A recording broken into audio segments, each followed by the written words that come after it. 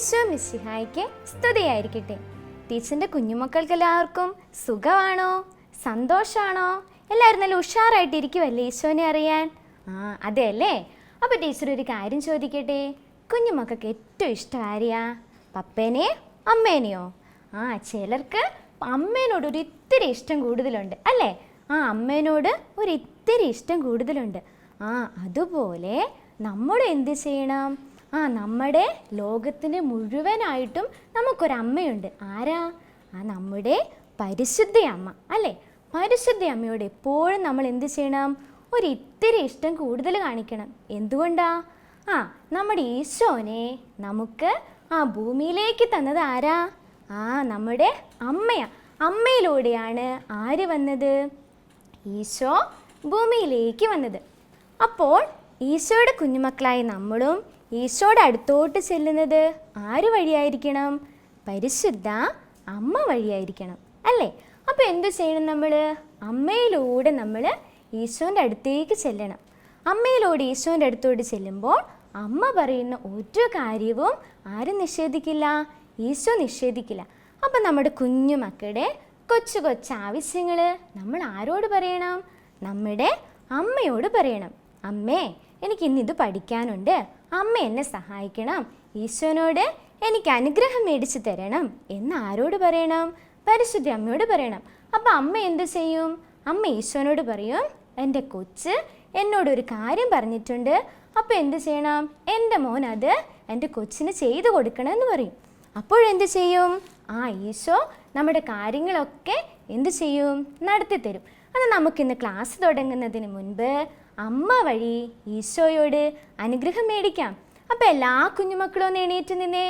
എന്നിട്ട് കൈകൾ കൂപ്പി ടീച്ചർ ചൊല്ലിത്തരുന്ന പ്രാർത്ഥന ഉറക്കെ ചൊല്ലണം. ഈശോയെ, അമ്മ വഴി ഞങ്ങൾ അങ്ങേ സന്നിധിയിലേക്ക് വരികയാണ്. അമ്മേ മാതാവേ, ഈശോയുടെ അടുത്ത് നിന്ന് ഞങ്ങൾക്ക് ഓരോരുത്തർക്കും അനുഗ്രഹങ്ങൾ നീ വാങ്ങിത്തരണമേ. ഞങ്ങളുടെ എല്ലാ ആവശ്യങ്ങളും അറിഞ്ഞ് ഓരോ നിമിഷവും അമ്മ ഞങ്ങളെ വഴി നടത്തണമേ. ഞങ്ങളുടെ എല്ലാ ആവശ്യങ്ങളും ഞങ്ങൾക്ക് വേണ്ടി ഈശോയുടെ അടുത്ത് അമ്മ മാധ്യസ്ഥം വഹിക്കണമേ. അമ്മേ മാതാവേ, അമ്മയുടെ നീല കാപ്പയ്ക്കുള്ളിൽ ഞങ്ങളെ ഓരോരുത്തരെയും എപ്പോഴും പൊതിഞ്ഞ് സൂക്ഷിക്കണമേ. അമ്മേ, ഓരോ നിമിഷവും ഞങ്ങൾക്ക് അമ്മ മാധ്യസ്ഥം വഹിക്കണമേ. ഈശോയെ, അമ്മ വഴിയായി ഞങ്ങളെ ഓരോരുത്തരെയും അനുഗ്രഹിക്കണമേ. നന്മ നിറഞ്ഞ മറിയമേ സുസ്തി, കർത്താവ് അങ്ങയോട് കൂടെ സ്ത്രീകളിൽ അങ്ങ് അനുഗ്രഹിക്കപ്പെട്ടവളാവുന്നു. അങ്ങയുടെ ഉദരത്തിൻ്റെ ഫലമായി ഈശോ അനുഗ്രഹിക്കപ്പെട്ടവനാവുന്നു. പരിശുദ്ധ മറിയമേ, തമ്പുരാൻ്റെ അമ്മേ, പാപികളായ ഞങ്ങൾക്ക് വേണ്ടി ഇപ്പോഴും ഞങ്ങളുടെ മരണസമയത്തും തമ്പുരാനോട് അപേക്ഷിക്കണമേ. ആമേൻ. കുഞ്ഞുമക്കളെ, നമ്മൾ ഏത് കാര്യം ചെയ്യുമ്പോഴും ഇതുപോലെ പരിശുദ്ധ അമ്മയോട് പ്രാർത്ഥിച്ചിട്ട് വേണം നമ്മുടെ കാര്യം തുടങ്ങാൻ വേണ്ടി. അപ്പോൾ എന്ത് ചെയ്യും? എല്ലാ കാര്യങ്ങളും നല്ലതുപോലെ ചെയ്യാൻ വേണ്ടി നമുക്ക് സാധിക്കും. അപ്പോൾ കഴിഞ്ഞ ക്ലാസ്സിൽ ടീച്ചറിൻ്റെ കുഞ്ഞുമക്കൾക്ക് ബൈബിളിലെ ഒരു കൊച്ചു കഥാപാത്രത്തെ പരിചയപ്പെടുത്തി തന്നായിരുന്നു. ആരായിരുന്നു? സമരിയക്കാരി സ്ത്രീ അല്ലേ? സമരിയക്കാരി സ്ത്രീനെ ഓർക്കുന്നില്ലേ? എവിടെ വെച്ചായിരുന്നു സമരിയക്കാരി സ്ത്രീ ഈശോയെ കണ്ടുമുട്ടിയത്? ഒരു കിണറിൻ്റെ അരികത്തല്ലേ? സിക്കാർ എന്ന സ്ഥലത്തുള്ള കിണറിൻ്റെ അരികിൽ വെച്ചിട്ടാണ് സമരിയക്കാരി സ്ത്രീ ഈശോയെ കണ്ടെത്തിയത്. അപ്പോൾ ഈശോ എന്ത് ചെയ്തു? അവർ തമ്മിൽ സംഭാഷണത്തിലേർപ്പെട്ടു ഇല്ലേ? നമ്മളൊക്കെ വർത്താനം പറയാറില്ലേ?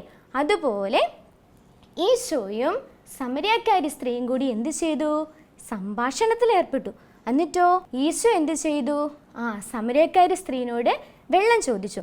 അപ്പോൾ സമരിയക്കാരി സ്ത്രീ പറഞ്ഞു, നമ്മൾ തമ്മിൽ സമ്പർക്കമൊന്നും പാടില്ലെന്ന് അല്ലേ? എന്നിട്ട് എന്ത് ചെയ്തു? ഈശോയും പറഞ്ഞു, ഞാൻ നിനക്ക് ജീവജലം തരാം അല്ലേ?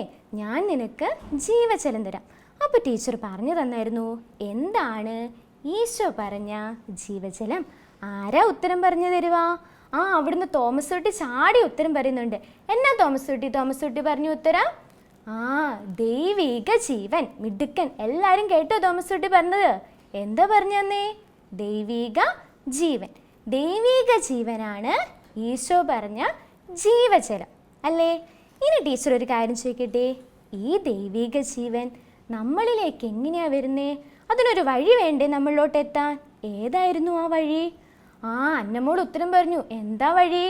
കൂദാശകൾ അല്ലേ?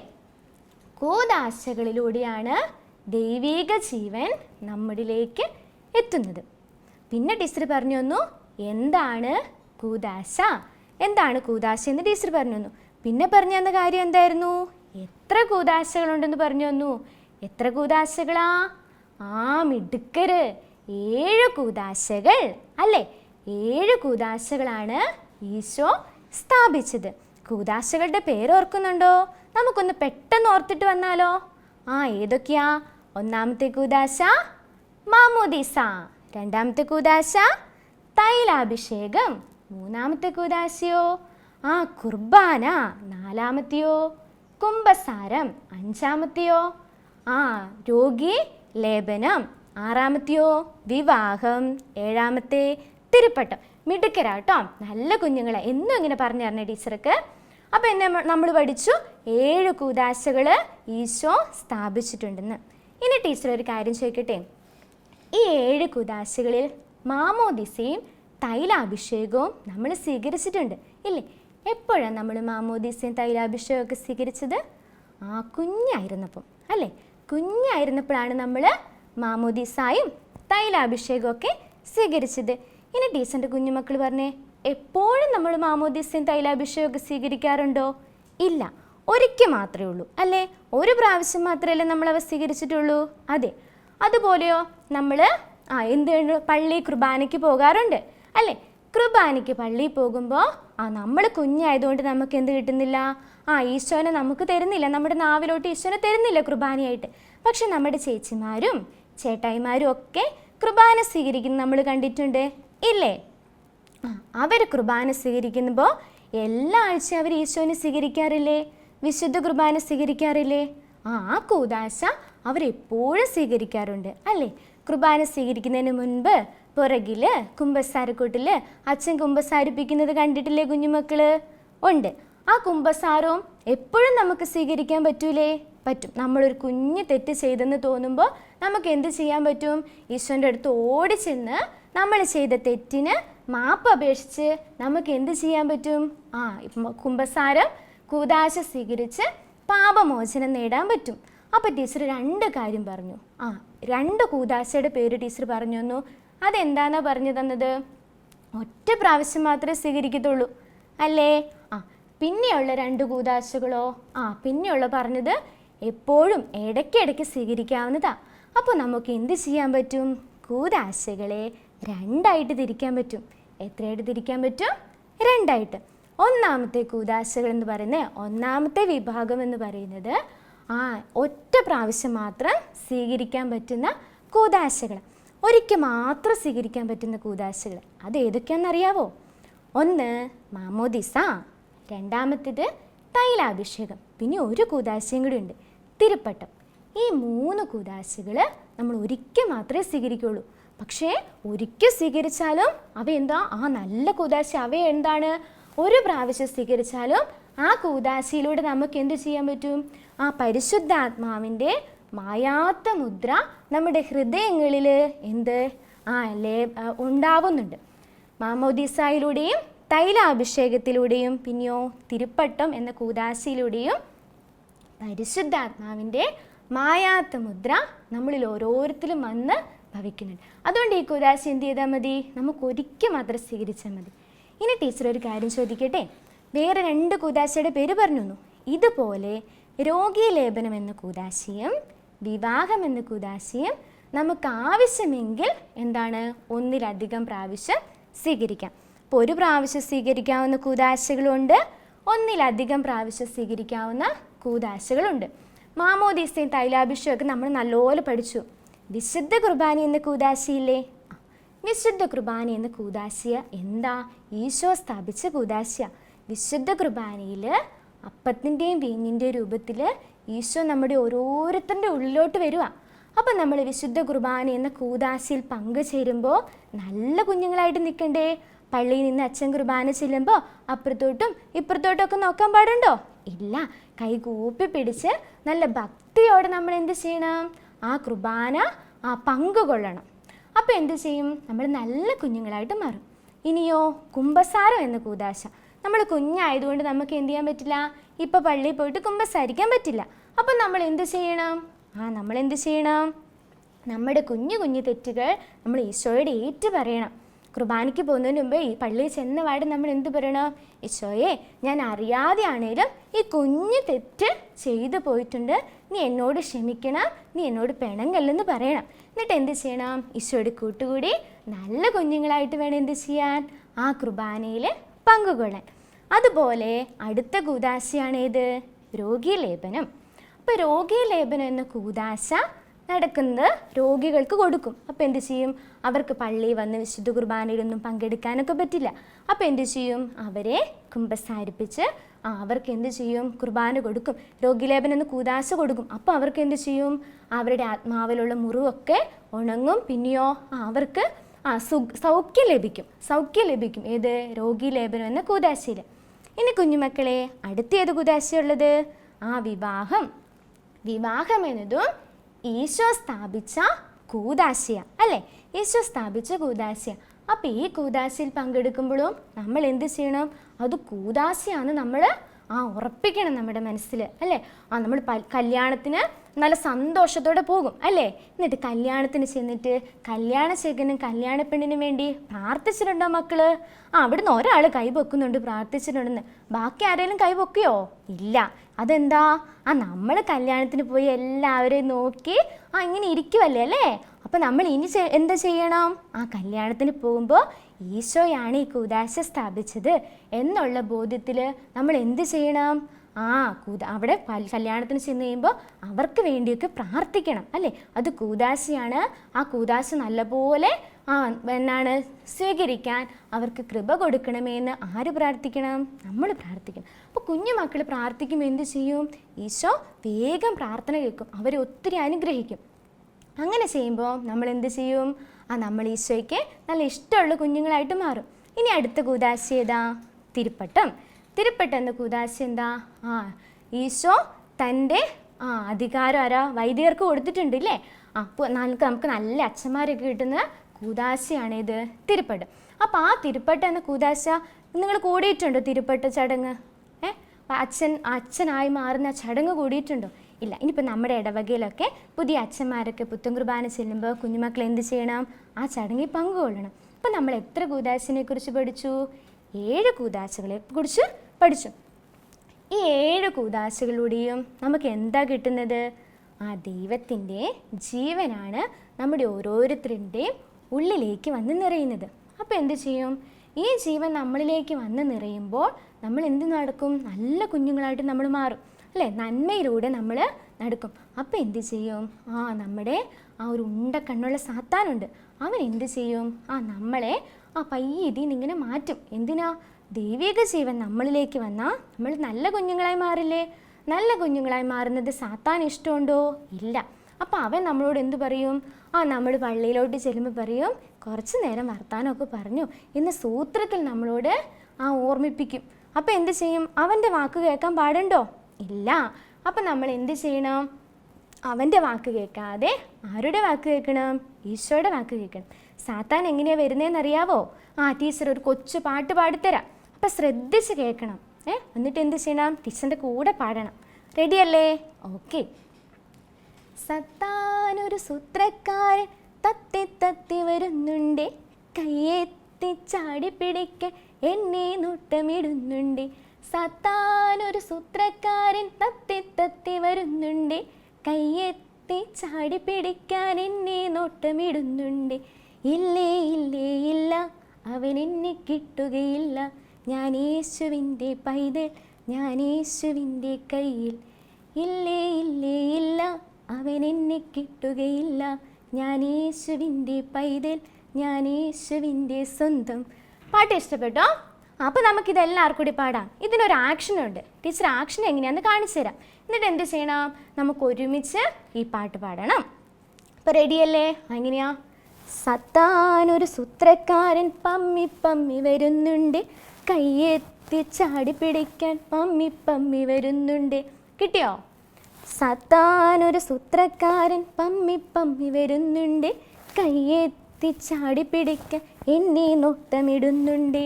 കിട്ടിയ ആക്ഷൻ? ഇനി എന്താ പറയണം? ഇല്ലേ ഇല്ലേ ഇല്ല, അവൻ എന്നെ കിട്ടുകയില്ല. ഇല്ലേ ഇല്ലേ ഇല്ല, അവൻ എന്നെ കിട്ടുകയില്ല. ഞാൻ യേശുവിൻ്റെ പൈതൽ, ഞാൻ യേശുവിൻ്റെ കയ്യിൽ. ഇല്ലേ ഇല്ലേ ഇല്ല, അവൻ എന്നെ കിട്ടുകയില്ല. ഞാൻ യേശുവിൻ്റെ പൈതൽ, ഞാൻ യേശുവിൻ്റെ കയ്യിൽ. അപ്പോൾ കിട്ടിയോ എല്ലാവർക്കും? ഇനി എന്നാ ചെയ്യണം? ഈ പാട്ട് എല്ലാവരും പഠിക്കണം. എന്നിട്ട് എന്ത് ചെയ്യണം? ഈ പാട്ട് എപ്പോഴും ഓർത്ത് വെക്കണം. അപ്പോൾ എന്ത് ചെയ്യും? സാത്താൻ നമ്മുടെ സാത്താൻ ഇങ്ങനെ നമ്മുടെ അടുത്ത് വരും. എന്ത് ചെയ്യും? ഈശോൻ്റെ കുഞ്ഞ് ഇങ്ങോട്ട് വലിച്ചോട് പോകാൻ സാത്താൻ്റെ അടുത്തോട്ട്. അപ്പം നമ്മൾ എപ്പോഴും ഓർത്ത് വെക്കേണ്ട കാര്യം എന്താ? സാത്താന് നമ്മളെ കിട്ടൂല. നമ്മൾ ആരുടെ സ്വന്തമാണ്? നമ്മൾ ഈശോയുടെ സ്വന്തമാണ്. നമ്മൾ ഈശോയുടെ പൈതലാണ്, ഈശോയുടെ കൈകളിലാണ്. അപ്പോൾ ഈശോയുടെ കൈകളിലുള്ള കുഞ്ഞുങ്ങൾ സാത്താൻ്റെ അടുത്തോട്ട് പോവോ? ഇല്ല. അപ്പോൾ നമുക്ക് എന്ത് ചെയ്യാൻ പറ്റും? സാത്താനെ ദൂരെ മാറ്റി നിർത്തി ഈശോയുടെ കൂടെ സ്വർഗത്തിലേക്ക് പോകാൻ പറ്റും. നമുക്കെല്ലാവർക്കും സ്വർഗത്തിൽ പോകണ്ടേ? സ്വർഗത്തിൽ പോകണം. അപ്പം നമ്മളെപ്പോഴും നല്ല കുഞ്ഞുങ്ങളായിട്ട് ജീവിക്കും. ഇനി ടീച്ചർ ഒരു കാര്യം ചോദിക്കട്ടെ. വിശുദ്ധ കുർബാനയും കൂദാശകളും എല്ലാം സ്ഥാപിച്ചത് ഈശോയാണെന്ന് പഠിച്ചു. ഈ കൂദാശകളിലൂടെയൊക്കെ ദൈവത്തിൻ്റെ ജീവൻ നമ്മളിലേക്ക് വരും. എന്തിനു വേണ്ടിയാ? നമ്മൾ വിശുദ്ധരായ നല്ല കുഞ്ഞുങ്ങളായി തീരാൻ വേണ്ടിയാ. കുഞ്ഞുമക്കൾക്ക് വിശുദ്ധരെ ഇഷ്ടമാണോ? വിശുദ്ധരെ ഇഷ്ടം. ഏത് വിശുദ്ധരെക്കുറിച്ചൊക്കെ അറിയാം? നമ്മൾ കുഞ്ഞു ക്ലാസ്സിൽ കുറച്ച് വിശുദ്ധരെയൊക്കെ പരിചയപ്പെട്ടിട്ടുണ്ട് ഇല്ലേ? കുറച്ച് വിശുദ്ധരെയൊക്കെ നമ്മൾ പരിചയപ്പെട്ടിട്ടുണ്ട്. ഇന്ന് ടീച്ചർ ഒരു കൊച്ചു വിശുദ്ധനെ നിങ്ങൾക്ക് പറഞ്ഞു തരാം. ഏതാ വിശുദ്ധ എന്നറിയാവോ? വിശുദ്ധ മരിയ ഗൊരേത്തി. മരിയ ഗൊരേത്തി കുഞ്ഞുങ്ങളുടെ വിശുദ്ധിയാണ്. കുഞ്ഞു പ്രായത്തിൽ വിശുദ്ധിയായി മാറിയതാ. അപ്പോൾ എന്ത് ചെയ്യും? മരിയ ഗൊരേത്തി ഈശോയ്ക്ക് ഇഷ്ടമുള്ള കുഞ്ഞായിട്ട് ജീവിക്കുമായിരുന്നു. തെറ്റൊന്നും ചെയ്യാതെ നല്ല കുഞ്ഞായിട്ട് ജീവിക്കുമായിരുന്നു. അപ്പോൾ മരിയയുടെ വീടിനടുത്തുള്ള അലക്സാണ്ടറിന് മരിയനെ ഭയങ്കര ഇഷ്ടമായി. അലക്സാണ്ടർ എന്ത് ചെയ്തു? മരിയനെ പാപം ചെയ്യാണ്ട് വിളിച്ചു. അപ്പോൾ സാത്താൻ ആരിലൂടെയാണ് വന്നത്? മരിയേൻ്റെ അടുത്തോട്ട് അലക്സാണ്ടറിൻ്റെ രൂപത്തിലാണ് വന്നത് അല്ലേ? അലക്സാണ്ടറിൻ്റെ ഉള്ളിൽ വന്നിട്ട് മരിയനെ എന്ത് ചെയ്തു? പാപം ചെയ്യാൻ വേണ്ടി വിളിച്ചു. അപ്പോൾ നമ്മുടെ കൊച്ചു മരിയ ആരുടെ സ്വന്തമാണ്? ഈശോയുടെ സ്വന്തമാണ്. അവൾ നല്ല പ്രാർത്ഥിക്കുന്ന കുട്ടിയായിരുന്നു. അപ്പോൾ എന്ത് ചെയ്തു? അലക്സാണ്ടർ പാപം ചെയ്യാൻ വിളിച്ചപ്പോൾ മരിയ പാപത്തിനൊന്നും നിന്നില്ല. അപ്പോൾ എന്ത് ചെയ്തു? അലക്സാണ്ടറിന് ഭയങ്കര ദേഷ്യം വന്നു. അലക്സാണ്ടർ എന്ത് ചെയ്തു? മരിയനെ കുത്തിക്കൊന്നു. അപ്പോൾ എന്ത് ചെയ്തു? പാവ മരിയ ആർക്ക് വേണ്ടിയാണ് മരിച്ചേ? ഈശോയ്ക്ക് വേണ്ടിയാ. ഈശോയോടുള്ള സ്നേഹത്തെ പ്രതി പാപം ചെയ്യാതെ പാപത്തേക്കാൾ നല്ലത് മരണമാണെന്ന് പറഞ്ഞുകൊണ്ട് ആര് മരിച്ചു? മരിയ ഗൊരേത്തി സ്വർഗം പ്രാപിച്ചു. അപ്പോൾ കുഞ്ഞുമക്കളെ, ഈ കൊച്ചു വിശുദ്ധനെ നമ്മൾ എപ്പോഴും ഓർത്തു വെക്കണം. നമ്മുടെ ജീവിതത്തിലും എന്ത് വരും? പാപ സാഹചര്യങ്ങൾ വരും. അപ്പോഴെന്ത് ചെയ്യണം? മരിയനെ പോലെ ദൈവത്തിൻ്റെ അടുത്ത് നിന്ന് ശക്തി നമ്മൾ പ്രാപിക്കണം. പാപം ചെയ്ത് നരകത്തിൽ പോകുന്നതിനേക്കാളും നല്ലത് എന്താണ്? പാപം ചെയ്യാതെ മരണമാണെങ്കിൽ മരണം സ്വീകരിച്ച് സ്വർഗം പ്രാപിക്കുന്ന. സ്വർഗത്തിൽ ചെന്നാൽ നമുക്ക് അവിടെ ആരുണ്ട്? നമ്മുടെ ഉണ്ണീശോയുണ്ട്, മാതാവുണ്ട്, വിശുദ്ധരുണ്ട്, മാലാഖമാരുണ്ട്. അവരുടെ കൂടെ നമുക്ക് കളിക്കത്തില്ലേ? അവരോട് വർത്താനം പറയത്തില്ലേ? അവിടെ നരകത്തിൽ പോയാലോ അവിടെ സാത്താനേ ഉള്ളൂ. അപ്പോഴോ നമുക്ക് ആരും കൂട്ടു കാണൂല. അപ്പം നമ്മൾ എന്ത് ചെയ്യണം? നല്ല കുഞ്ഞുങ്ങളാണ്. അപ്പം നല്ല കുഞ്ഞുങ്ങളായി വിശുദ്ധരായി ഈശോൻ്റെ അടുത്തേക്ക് പോകണം. അപ്പം അതിനെന്ത് ചെയ്യണം? കൂദാശകൾ വിശുദ്ധിയോടെ കൂടണം അല്ലേ? ഓരോ കൂദാശയും നടക്കുമ്പോൾ ഓരോ കൂദാശയും പരികർമ്മം ചെയ്യപ്പെടുന്ന സമയത്ത് നമ്മൾ എന്ത് ചെയ്യണം? നല്ല ഭക്തിയോടുകൂടി പങ്കെടുക്കണം. അപ്പം നമുക്ക് എന്ത് ചെയ്യാം? ഇന്ന് പഠിച്ച ക്ലാസ്സിൻ്റെ വെളിച്ചത്തിൽ നമുക്ക് ക്വസ്റ്റ്യൻ ചെയ്യാം. എന്താ നമ്മൾക്ക് പഠിച്ച ക്വസ്റ്റ്യൻ? ഒന്നാമത്തെ ക്വസ്റ്റ്യൻ, ഒരിക്കൽ മാത്രം സ്വീകരിക്കാവുന്ന കൂദാശകൾ ഏതെല്ലാം? ഒരിക്കൽ മാത്രം സ്വീകരിക്കാവുന്ന കൂദാശകൾ ഏതൊക്കെയാ? മാമോദീസ, പിന്നെയോ തൈലാഭിഷേകം, ഒരെണ്ണം കൂടി ഉണ്ട്. ആരാ? ചൊക്കുട്ടം പറഞ്ഞു. ഏതാ? തിരുപ്പട്ടം.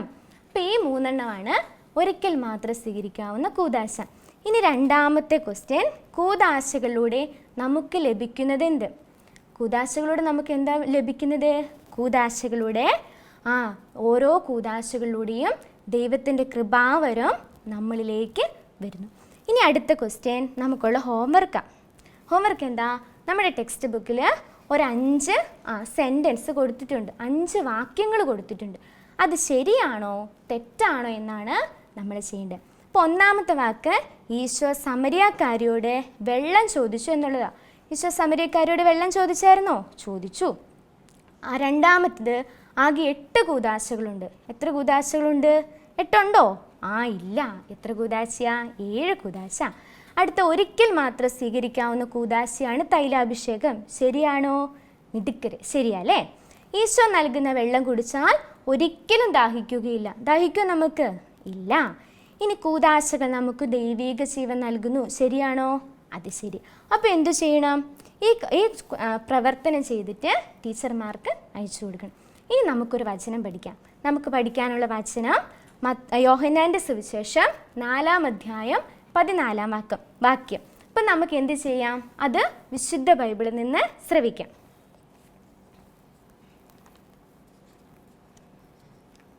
എന്നാൽ ഞാൻ നൽകുന്ന വെള്ളം കുടിക്കുന്നവന് പിന്നീട് ഒരിക്കലും ദാഹിക്കുകയില്ല. ഞാൻ നൽകുന്ന ജലം അവനിൽ നിത്യജീവനിലേക്ക് നിർഗളിക്കുന്ന അരുവിയാകും. നമ്മുടെ കർത്താവായ മിശിഹായിക്ക് സ്തുതി. അപ്പോൾ ഈ വചനം എന്ത് ചെയ്യണം? കുഞ്ഞുമക്കൾ പഠിച്ച് ടീച്ചറിനെയും പപ്പേനെയും അമ്മേനെയും ഒക്കെ പറഞ്ഞു കേൾപ്പിക്കണം, അല്ലേ? ഇനി നമ്മൾ ഈ ക്ലാസ്സിൻ്റെ വെളിച്ചത്തിൽ ഒരു തീരുമാനം എടുക്കണം. എന്താ നമ്മുടെ തീരുമാനം? ദേവാലയത്തിൽ നടക്കുന്ന കൂദാശകളിലും തിരുക്കർമ്മങ്ങളിലും ഞാൻ എന്ത് ചെയ്യും? ഭക്തിയോടെ പങ്കെടുക്കും. ഇനി ഒരു കാര്യം കൂടി നമ്മൾ തീരുമാനിക്കണം. ഈ കൂദാശകളോട് ദൈവിക ജീവൻ നൽകിയതാരാ? ഈശോയ. അപ്പോൾ ഈശോയ്ക്ക് ഞാൻ എന്ത് ചെയ്യും? എപ്പോഴും നന്ദി പറയും. ഇത് രണ്ടും ആയിരിക്കണം നമ്മുടെ തീരുമാനം. എന്നാൽ നമുക്ക് ഈശോയ്ക്ക് നന്ദി പറഞ്ഞാലോ? പറയാല്ലേ? അപ്പോൾ എല്ലാവരും എണീറ്റോ? എന്നിട്ട് കൈ കൂപ്പി പിടിച്ചേ. എന്നിട്ട് നമുക്ക് ഈശോയ്ക്ക് നന്ദി പറയാം. ഈശോയെ, ഇന്നേ ദിവസം അങ്ങ് ഞങ്ങൾക്ക് നൽകിയ എല്ലാ അനുഗ്രഹങ്ങൾക്കും ഞങ്ങൾ അങ്ങേക്ക് നന്ദി പറയുന്നു. ഓരോ നിമിഷവും അങ്ങ് ഞങ്ങളെ വഴി നടത്തുന്നതിനെ ഓർത്ത് പരിപാലിക്കുന്നതിനെ ഓർത്ത് ഈശോയെ, അങ്ങയുടെ കുഞ്ഞു മക്കളായ ഞങ്ങൾ അങ്ങേക്ക് നന്ദി പറയുന്നു. ഈശോയെ, ഞങ്ങളുടെ ജീവിതത്തിലെ ഓരോ സന്ദർഭങ്ങളിലും അങ്ങ് ഞങ്ങൾക്ക് കൂട്ടായിരിക്കണമേ, അങ്ങ് ഞങ്ങളെ നയിക്കണമേ.